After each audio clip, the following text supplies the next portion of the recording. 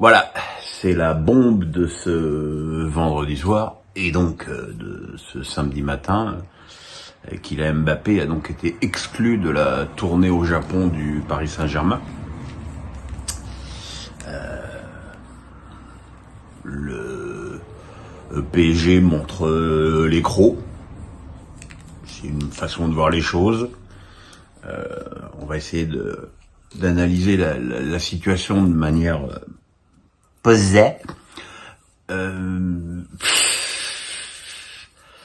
Alors déjà, pourquoi Mbappé est-il rentré contre le Havre pour marquer un but, pour être exclu du groupe quelques heures plus tard? Déjà ça, je ne comprends pas, mais en même temps, ça c'est un détail. Donc la situation est la suivante. Kylian Mbappé est en fin de contrat à la fin de la saison et il avait signé une option en 2025 qu'il a décidé de ne pas activer. À partir de là, effectivement, il peut partir libre à la fin de son contrat du PSG. C'est-à-dire qu'on reproche à un joueur de respecter son contrat. Donc déjà, je pense que juridiquement, ce que fait le PSG est très difficilement défendable, et que si Mbappé décide d'aller au bras de fer avec le club parisien, il a toutes les chances de gagner. Maintenant, je me mets à la place du club qui ne veut pas voir un joueur qui lui coûte une fortune partir libre, renforcer un des grands rivaux européens. Je peux le comprendre. Mais là, en l'excluant de cette tournée au Japon, j'ai envie de dire, qu'est-ce qui va se passer après?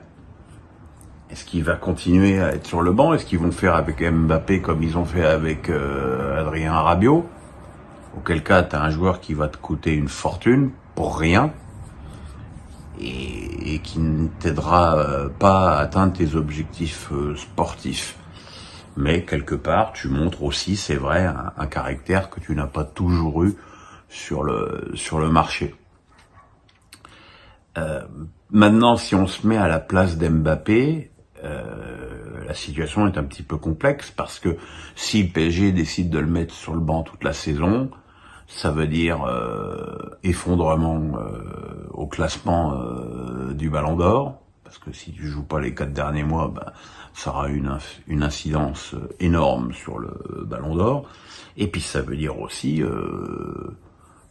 quid de l'équipe de France, de l'Euro et des Jeux Olympiques derrière. Donc l'enjeu sportif, pour le coup, ponctuellement sur la saison prochaine, pour Mbappé, il est énorme et je ne pense pas qu'il puisse se permettre de jouer 2 matchs toutes les 5 semaines avec l'équipe de France au cas où Deschamps le sélectionnerait quand même. Donc voilà, c'est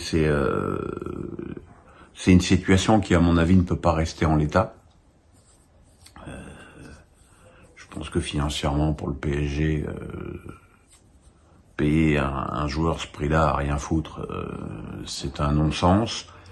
Mbappé ne peut pas se permettre de ne pas jouer, donc il va falloir, même s'ils en ont pas très envie, que tout le monde se mette autour d'une table et cause posément.